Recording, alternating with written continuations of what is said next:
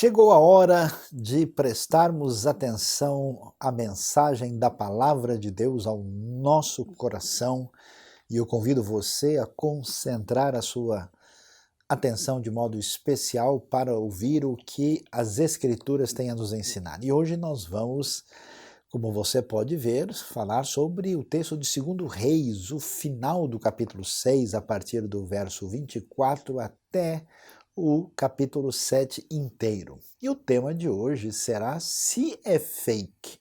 A premissa, imagine a notícia. Se tem um assunto que está andando para tudo quanto é lado, é exatamente fake news, as notícias que não são verdadeiras. Será que temos alguma orientação bíblica para lidar com essa dificuldade em tempos tão difíceis? Então vamos pensar aí se é fake a premissa, imagina a notícia, tem coisa que não confere com a verdade. O que a Bíblia tem a nos dizer? O texto bíblico nos diz que algum tempo depois, Ben-Hadad, rei da Síria, mobilizou todo o seu exército e cercou Samaria. O cerco durou tanto e causou tamanha fome que uma cabeça de jumento chegou a valer 80 peças de prata. E uma caneca de esterco de pomba, 5 peças de prata. Um dia, quando o rei de Israel inspecionava os muros da cidade, uma mulher gritou para ele: "Socorro, majestade!" O rei respondeu: "Se o Senhor não a socorrer, como poderia ajudá-la? Acaso há trigo na eira ou vinho no tanque de prensar uvas?" Contudo, ele perguntou: "Qual é o problema?" Ela respondeu: "Esta mulher me disse: vamos comer o seu filho hoje e amanhã comeremos o meu. Então cozinhamos o meu filho e o comemos. No dia seguinte eu disse a ela que era a vez de comermos o seu filho, mas ela o havia escondido." Que coisa impressionante e assustadora. O texto prossegue e diz: "Quando o rei ouviu as palavras da mulher, rasgou as próprias vestes, como estava sobre os muros. O povo viu que ele estava usando o pano de saco por baixo junto ao corpo. E ele disse: Deus me castigue com todo o rigor se a cabeça de Eliseu, filho de Safate, continuar hoje sobre seus ombros." Ora, Eliseu estava sentado em sua casa, reunido com as autoridades de Israel. O rei havia mandado um mensageiro à sua frente, mas antes que ele chegasse, Eliseu disse às autoridades: "Aquele assassino mandou alguém para cortar minha cabeça? Quando o mensageiro chegar, fechem a porta e mantenham-na trancada. Vocês não estão ouvindo os passos do seu senhor que vem atrás dele?"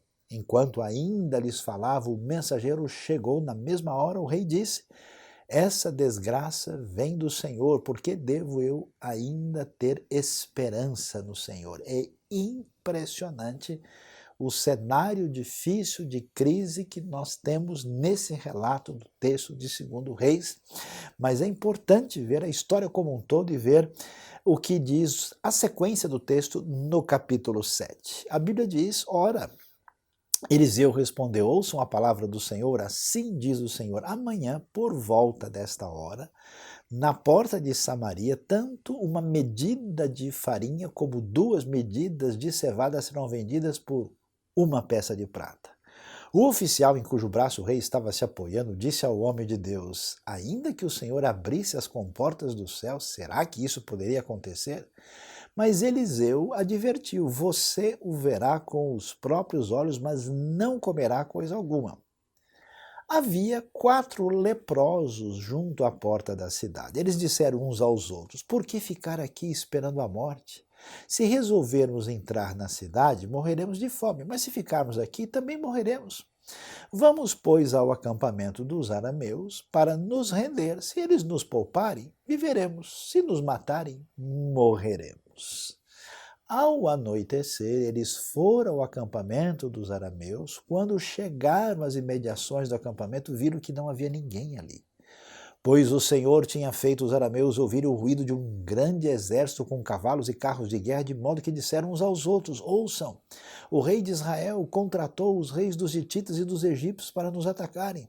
Então, para salvar sua vida, fugiram ao anoitecer, abandonando tendas, cavalos e jumentos, deixando o acampamento como estava. Tendo chegado às imediações do acampamento, os leprosos entraram numa das tendas, comeram e beberam, pegaram prata, ouro e roupas e saíram para esconder tudo. Depois voltaram e entraram noutra tenda, pegaram o que quiseram e esconderam isso também. Imagine só que cena impressionante aqui. A gente vê o que está acontecendo no cenário aí do cerco de Samaria pelos arameus, que também são, na verdade, os chamados sírios, e nesse momento de total situação conturbada surgem esses leprosos que se aventuram a chegar lá no acampamento e encontram essa situação absolutamente inesperada. Mas o texto tem mais a nos informar e diz o seguinte: então disseram uns aos outros, não estamos agindo certo, esse é um dia de boas notícias, não podemos ficar calados. Se esperarmos até o amanhecer, seremos castigados, vamos imediatamente contar tudo no palácio do rei. Então foram, chamaram os sentinelas da porta da cidade e lhes contaram: entramos num acampamento arameu e não vimos nem ouvimos ninguém. Havia apenas cavalos e jumentos amarrados e tendas abandonadas. As sentinelas da porta proclamaram a notícia e ela foi anunciada dentro do palácio. O rei se levantou de noite e disse aos seus conselheiros: eu explicarei a vocês o que os arameus planejaram. Como sabem que estamos passando fome? Deixaram o acampamento e se esconderam no campo, pensando: com certeza eles sairão e então os pegaremos vivos e entraremos na cidade. Um de seus conselheiros respondeu: manda que alguns homens apanhem 5 dos cavalos que restam na cidade. O destino desses homens será o mesmo de todos os israelitas que ficarem. Sim, como toda essa multidão condenada, por isso vamos enviá-los para descobrir o que aconteceu. Assim que prepararam 2 carros de guerra com seus cavalos, o rei os enviou atrás do exército arameu, ordenando aos condutores: vão e descubram o que aconteceu. Você pode imaginar a cena. Eles seguiram as pegadas do exército até o Jordão e encontraram todo o caminho cheio de roupas e armas que os arameus haviam deixado para trás enquanto fugiam. Os mensageiros voltaram e relataram tudo ao rei, então o povo saiu e saqueou o acampamento dos arameus, assim tanto uma medida de farinha como 2 medidas de cevada passaram a ser vendidas por uma peça de prata, conforme o Senhor tinha dito.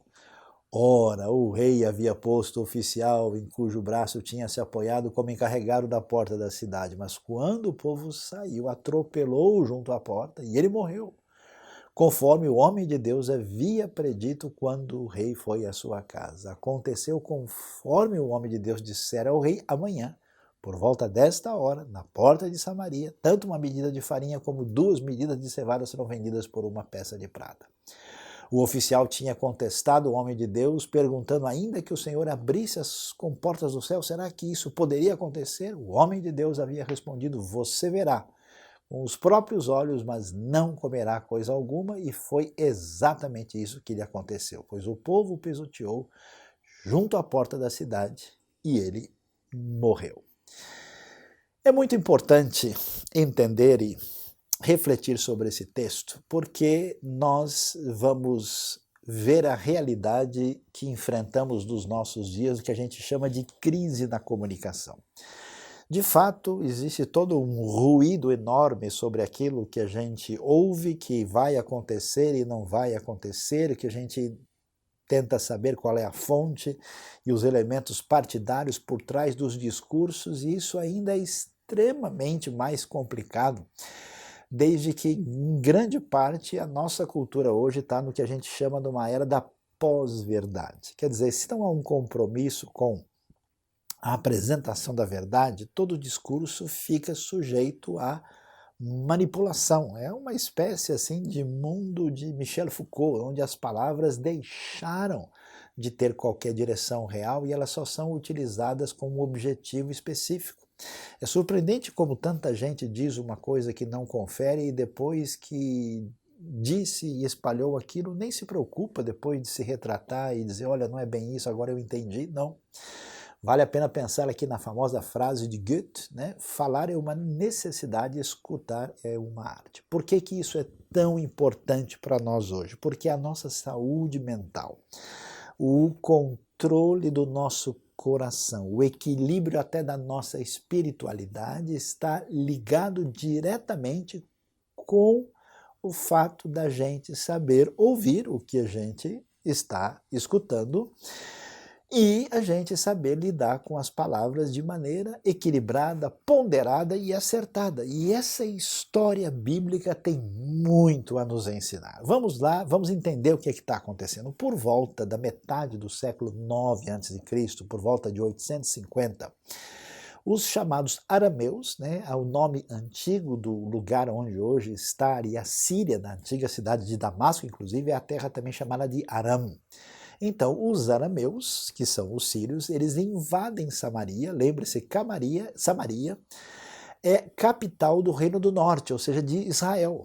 E então chega aí e nós temos um quadro nítido daquilo que está acontecendo nesse cenário, conforme nós podemos observar aí. Nós estamos na época que tem a ver com o domínio da dinastia de Acabe no Reino do Norte. Você vai se lembrar comigo, né, aí lembra da história de Acabe, Jezabel, o profeta Elias? Pois é, o pai de Acabe chamava-se Onri, né, e nós temos uma dinastia, quer dizer, desde o período que envolve aí o pai de Acabe, né, chegando até os seus sucessores posteriores, como Acasias, Jorão, e depois teremos uma mudança na época de Jeú, e é importante entender que agora nós estamos falando do rei Jorão aqui na terra de Israel. Então, quem é o rei que está aqui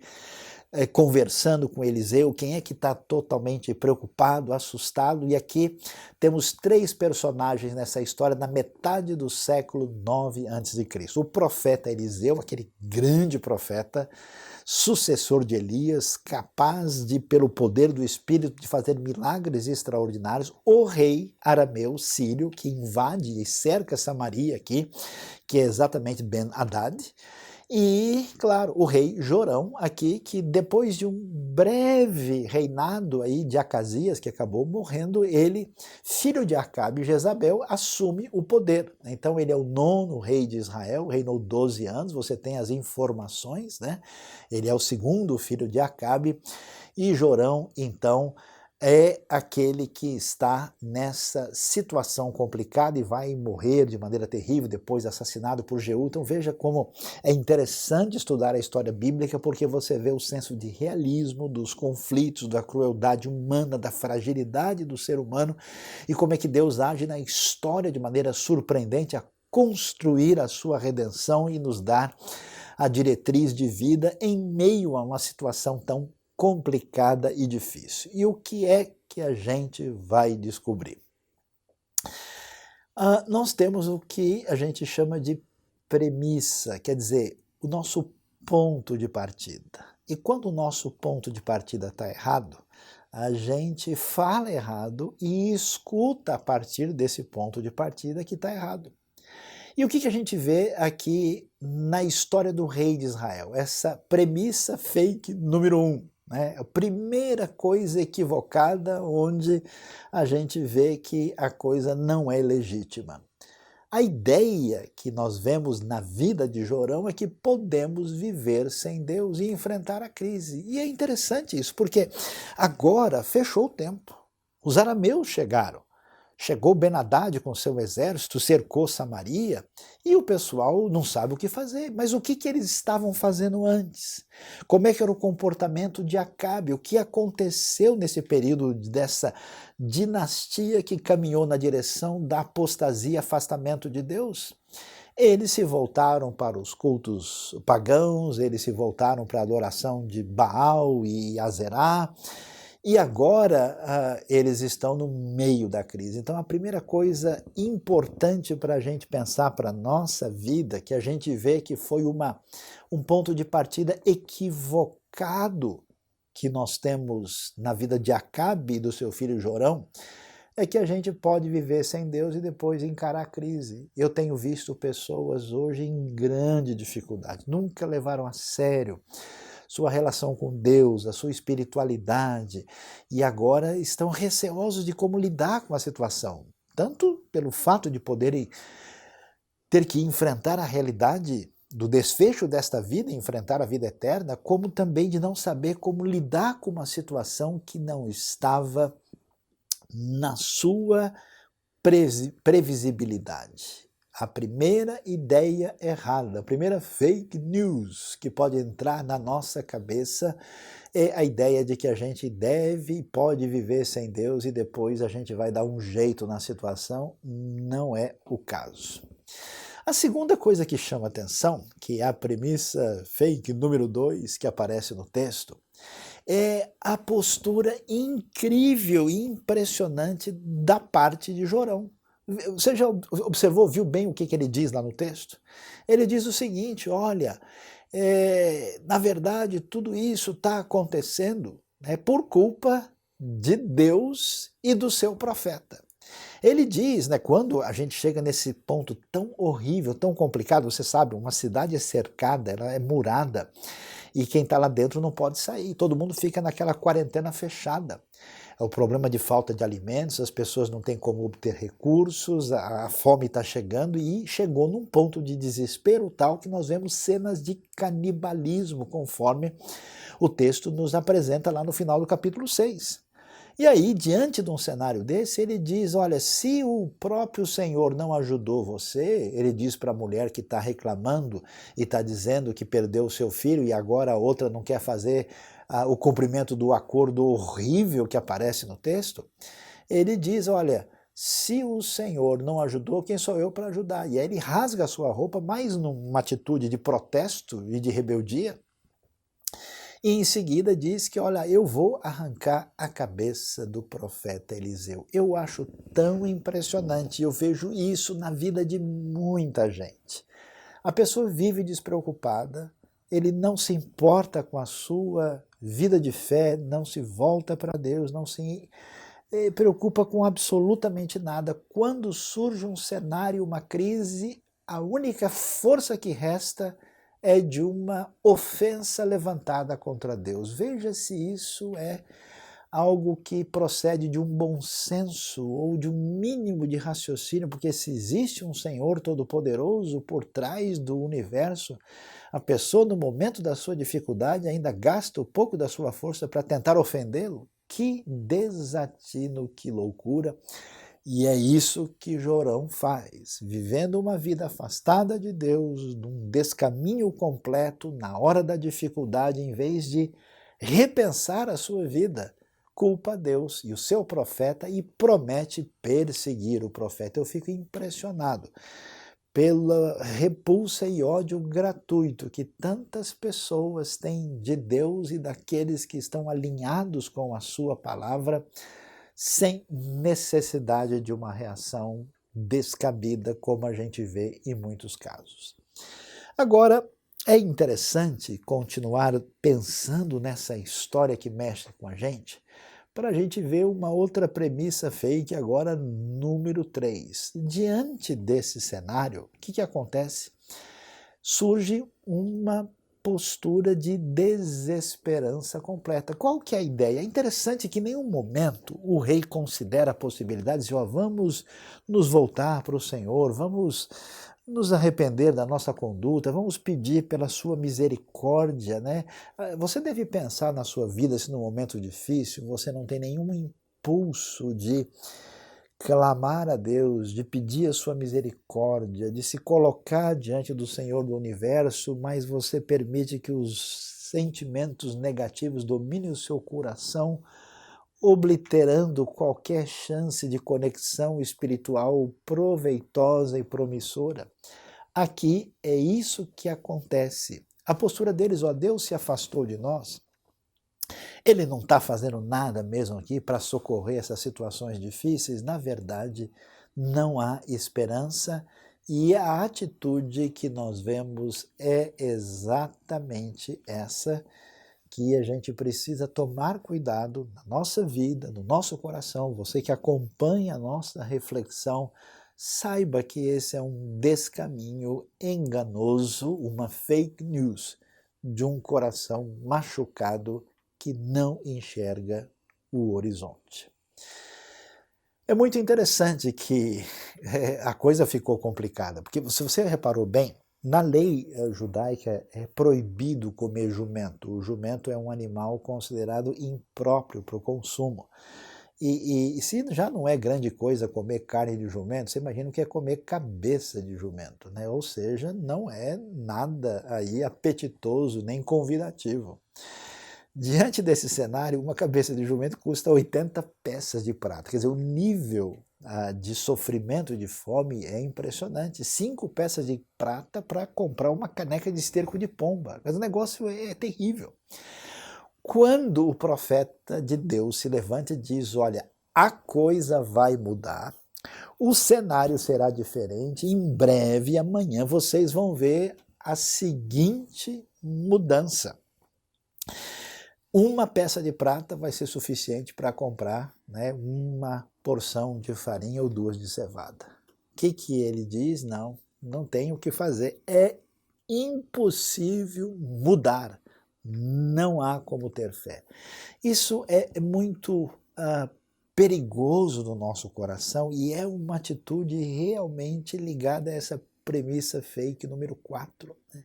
Que diante de um cenário difícil, que a gente fica à mercê de engolir palavras negativas que reforçam um coração indevidamente preparado para receber o que não deve, a gente fecha com esse discurso negativo e diz, não tem o que fazer. É o que eu tenho ouvido de gente falar bobagem, agora acabou.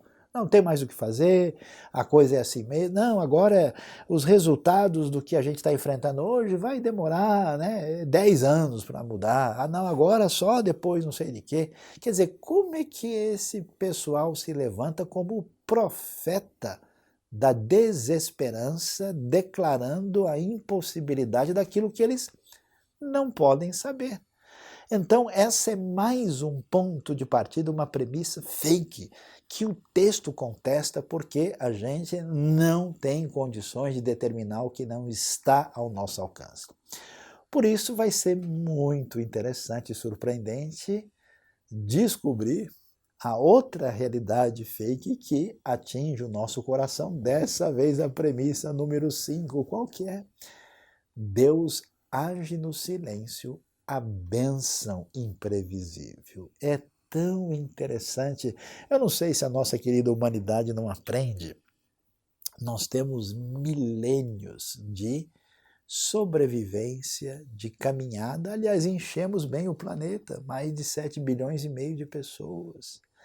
Nós temos um histórico de conflitos, de guerras, de loucuras, e mesmo assim a humanidade tem construído um legado impressionante. E tantas vezes, quando até o povo de Deus parecia não ter esperança, a gente vai ver que Deus continua sendo o Senhor, Deus continua sendo bondoso, Deus continua agindo segundo os seus propósitos e a gente não sabe como ele está agindo e exatamente o que ele está fazendo. Quem poderia imaginar uma coisa dessa? O que eu acho interessante aqui no texto, a gente vê Deus atuando de modo que não tem espectador. Não tem o texto dizendo, e então o Senhor abriu os olhos do profeta Eliseu e ele viu as carruagens e tal. Não aparece nada disso. O Eliseu só tinha a palavra divina para se apegar e confiar. E o que Deus faz? Deus faz esse show de efeitos especiais. De repente, os arameus escutam um barulho de carros de guerra e de cavalos tal, e ficam desesperados e saem correndo, assustados. E a coisa foi tão impressionante no texto que a gente vê os detalhes que largaram até roupa e armas pelo caminho. Ou seja, no momento que a gente vive, a força do nosso coração está em como a gente lida com a realidade para não se apegar às fake news, não se apegar às premissas falsas, porque, ao contrário do que você imagina, Deus age no silêncio. E tantas vezes a bênção de Deus é imprevisível. Eu tenho certeza, você vai olhar para a sua vida agora, olhar para o seu passado, para os seus momentos de lutas e vai reconhecer quantas vezes você na sua vida achou que certas circunstâncias seriam absolutamente difíceis demais e você conseguiu superá-las. Deus continua sendo o Senhor e tendo poder, e ele é bondoso como ele tem sido através da história.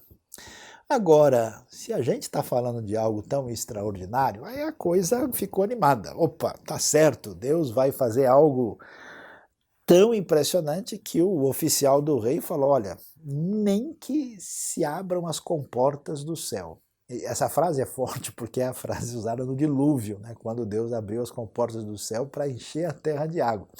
Ó, não há aquilo que Deus possa fazer para resolver essa situação.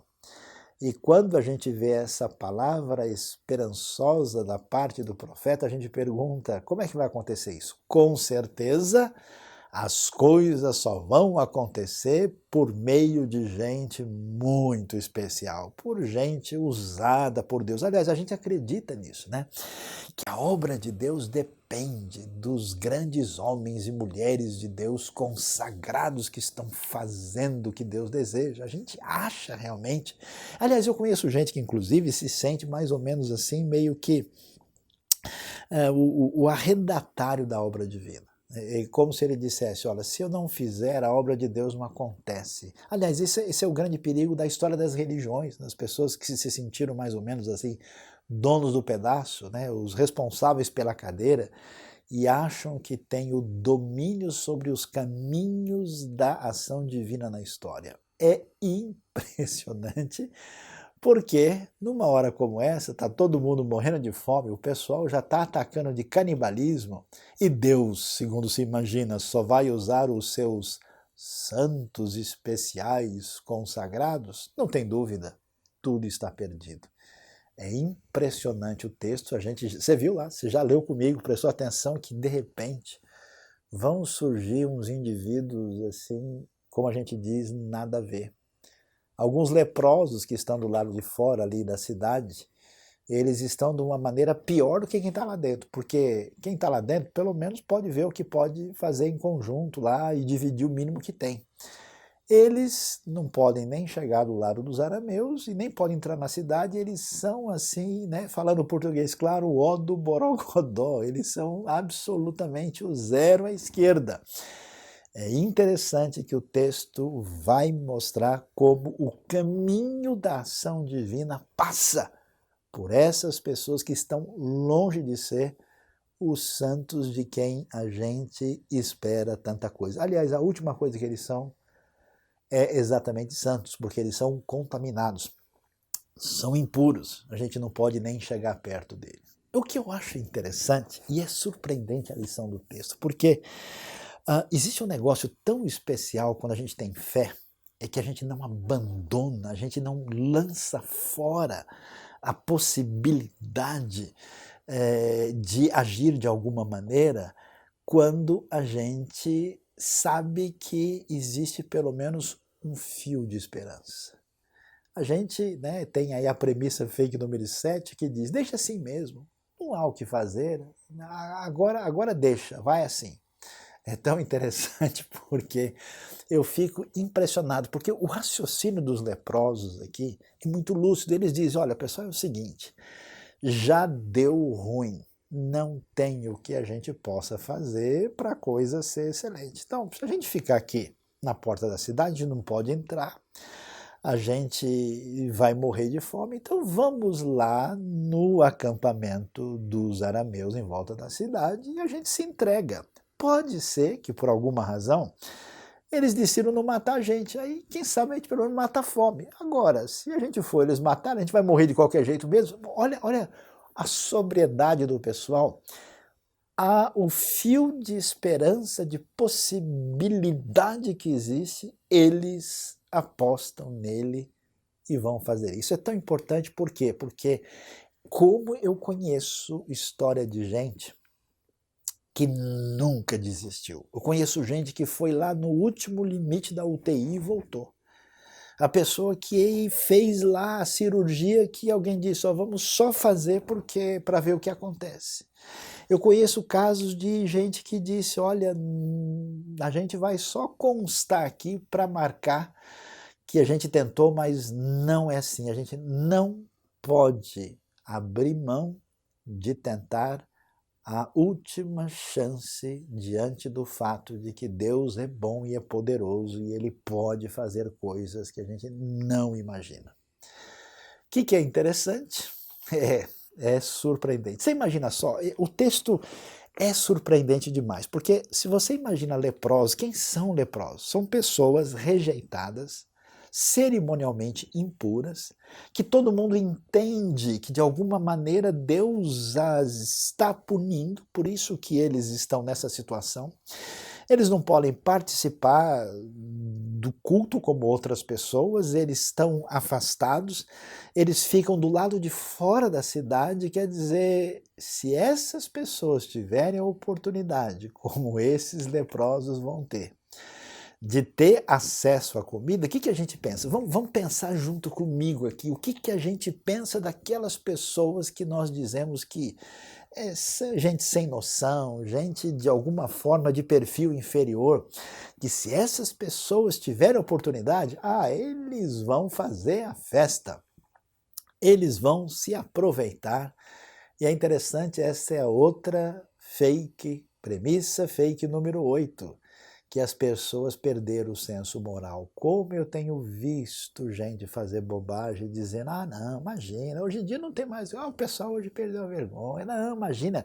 Eu vi esses dias um teste interessante que fizeram no mundo todo de pessoas que esqueceram de propósito a sua carteira com dinheiro dentro de um táxi. E surpreendentemente, cidades que a gente acha que as pessoas supostamente são mais desonestas, como é o caso, por exemplo, de muitos brasileiros até que acham que eles são especialmente mais desonestos que gente de outros países, surpreendentemente lugares do mundo onde a gente imagina que as pessoas são gente boa, tiveram o mesmo índice de devolução. Não é assim. Não tenha o seu coração pesado, negativo, achando que certos tipos de pessoas nunca vão reagir adequadamente porque eles estão numa condição de que a vida deles já foi. Os leprosos tiveram uma consciência ética e solidária impressionante. Eles não perderam o seu senso moral, apesar de tudo o que aconteceu. Quem poderia imaginar? Os leprosos é que salvaram Samaria. Quem imaginaria que aquele tipo de gente que nem podia entrar na cidade, que nem podia se aproximar, que se chegasse perto tinha que gritar à distância, eu estou imundo, eu estou impuro, para que não tocasse ninguém, serão o canal de Deus no momento quando todas as pressuposições, as premissas, as ideias do que está acontecendo é completamente fake. Quem poderia esperar uma coisa dessa? E a premissa fake número 9. O que acontece? É interessante demais o texto bíblico, porque o rei, quando ouve a notícia que os leprosos avisaram e a coisa chegou no palácio, o rei falou, imagina, é claro, de jeito nenhum. Você já viu gente que desconfia, da sombra? Aliás, tem uma coisa impressionante hoje, é como a gente tem esse comportamento de pessoas assim que vive com essas teorias de que tem uma coisa extraordinária por trás de tudo, essas teorias assim assustadoras de que tem gente dominando todas as coisas por toda parte, sempre com ideias malucas. O rei diz, não é possível. Eu tenho certeza, os arameus saíram, se esconderam no campo, estão lá só fazendo uma armadilha para a gente sair, e quando a gente sair eles vão acabar com a gente. Isso não pode acontecer. Você já reparou uma coisa dessa? A gente fica tão mal, tão envenenado por aquilo que é fake, que a gente nem é capaz de desfrutar da bênção. A gente só enxerga coisa ruim, assustado pelo fantasma do medo na nossa cabeça.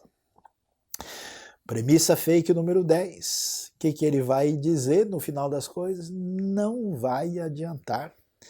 Eu não posso fazer muito. Aliás, isso poderia ser a ideia dos próprios leprosos. Imagina só, os leprosos chegam lá e falam, caramba, tá vazio aqui, mas quem sou eu? Eu sou um simples leproso.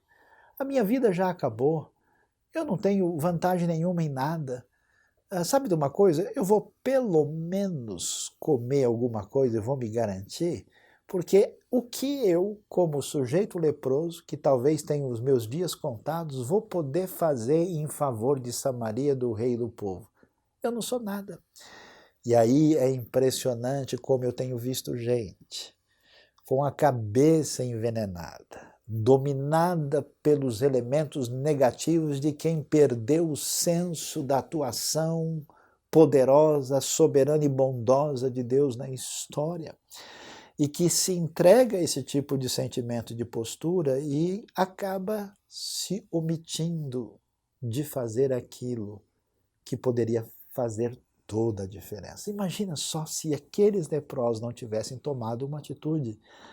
A cidade teria tido o seu fim através de um sofrimento absolutamente de fome, inanição e sofrimento terríveis. Por isso, hoje, eu quero que você acompanhe comigo e coloque no seu coração as palavras que ecoam através da história desses 4 leprosos especialmente usados por Deus.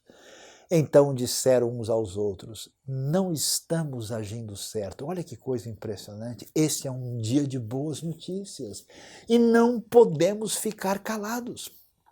Se esperarmos até o amanhecer, seremos castigados. Olha o senso deles. Vamos imediatamente contar tudo no palácio do rei. Então foram, chamaram as sentinelas da porta da cidade e lhes contaram: entramos no acampamento arameu e não vimos nem ouvimos ninguém. Havia apenas cavalos, jumentos amarrados e tendas abandonadas. As sentinelas da porta proclamaram a notícia e ela foi anunciada dentro do palácio. Veja que coisa interessante. Nós precisamos tomar uma atitude de responsabilidade. Nós somos chamados a cuidar muito bem do que a gente ouve, do que a gente fala. Nesse mundo confuso, mundo de maldade, mundo fake, mundo de gente interesseira, mundo que age de maneira perversa e que acompanha a cabeça confusa do rei Jorão aqui. A nossa responsabilidade envolve a nossa atitude de saber falar e ouvir. Por isso, todos nós aqui somos desafiados hoje a fora com todo tipo de atitude fake. Preste atenção na responsabilidade que você tem quando você recebe um conteúdo qualquer e sai distribuindo sem nem ver exatamente o que você recebeu. Quantas vezes eu recebo coisas de pessoas que dizem: não é possível que o fulano me enviou um negócio desse, né? Hoje que nós estamos tão marcados aí pela presença do universo digital, isso é fundamental. Ao mesmo tempo, nós temos que tomar uma atitude muito séria com a nossa vida. Por quê? Porque a gente observa que uma atitude positiva de dar a notícia boa salva muita gente. Portanto, você precisa hoje se comprometer, esse é o desafio para você: dê a notícia do bem. Não se omita. Tudo poderia ter sido destruído e o fim de Samaria só se os leprosos falaram: sabe de uma coisa, eu estou meio cansado. Já que a gente conseguiu pelo menos, vamos ficar por aqui, vamos dormir uns 2 dias, depois a gente pensa no assunto. A pergunta para você é, diante de um quadro como você viu agora, de gente que ama a Deus e serve a Cristo e está morrendo no mundo. Pessoas numa situação de sofrimento tremenda, pessoas confusas e perdidas. O que é que você faz para multiplicar o bem? Ou é melhor ficar na sua zona de conforto? Eu fico tão impressionado como gente comprometido com o mal, que quer de fato destruir famílias, que quer tentar prejudicar as pessoas, que quer desencaminhar o entendimento, que quer lucrar perversamente em cima da fragilidade dos outros, faz todo o esforço com a última qualidade tecnológica para atingir as pessoas. E quantas pessoas no contexto do reino de Deus, numa espécie de atitude de marasmo, de desinteresse, de omissão, simplesmente não fazem nada para multiplicar tudo aquilo que envolve o Evangelho, a salvação, os caminhos de Deus, as notícias do bem. Ecoa para nós as palavras dos leprosos. Nós não podemos ficar calados diante do que vimos, precisamos avisar o rei. É tão interessante, eles dizem, se nós esperarmos até amanhã de manhã, certamente seremos castigados. Você é uma pessoa omissa? Você está dominado pelas fake news que dominaram a sua cabeça e você se entregou ao elemento negativo? Ou você faz diferença para mudar o cenário e salvar tantas Samarias que estão diante de nós? Deus abençoe a nossa vida, Deus abençoe o nosso coração e que a sua postura, a sua atitude diante do ensinamento da palavra de Deus seja impactante, extraordinária e tenha os resultados que Deus deseja para nós como pessoas comprometidas com Ele através da aliança que temos em Cristo Jesus. Que Deus nos abençoe. Você foi abençoado por este vídeo, por esta mensagem?